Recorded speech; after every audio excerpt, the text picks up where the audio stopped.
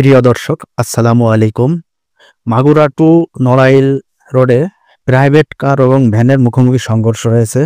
সংঘর্ষটা মূলত রাস্তার উপরে ইট রাখার কারণে হয়েছে। বিস্তারিত ভিডিওতে দেখুন এবং ভিডিওটি সবার মাঝে শেয়ার করে দিন।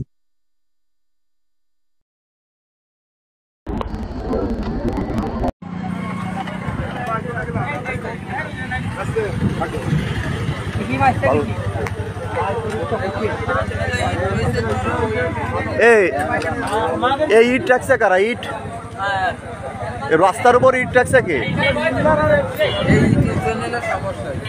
কাকা এই ইট কারা রাখছে? ইট কারা রাখছে?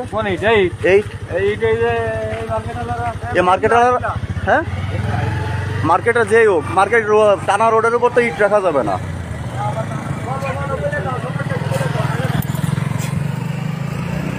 দুর্ঘটনার মেন কারণে ইট রাখা।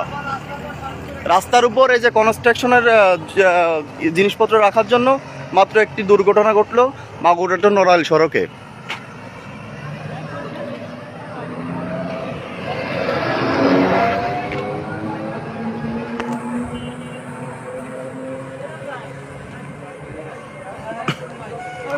একটি ভ্যান এবং একটি প্রাইভেট কার অ্যাক্সিডেন্ট হয়েছে।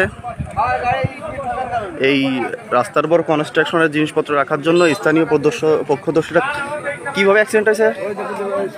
কাকা কিভাবে অ্যাক্সিডেন্ট হয়েছে? কিভাবে আসে পৌঁছায়নি, তারপরে এখানে সমস্যা হচ্ছে লাগে ভ্যান আসছে লাগে ওই সামনে থেকে আসতেছিল, ওই যে রাস্তার কাজ চলতেছে, তাই জন্য রাস্তার থেকে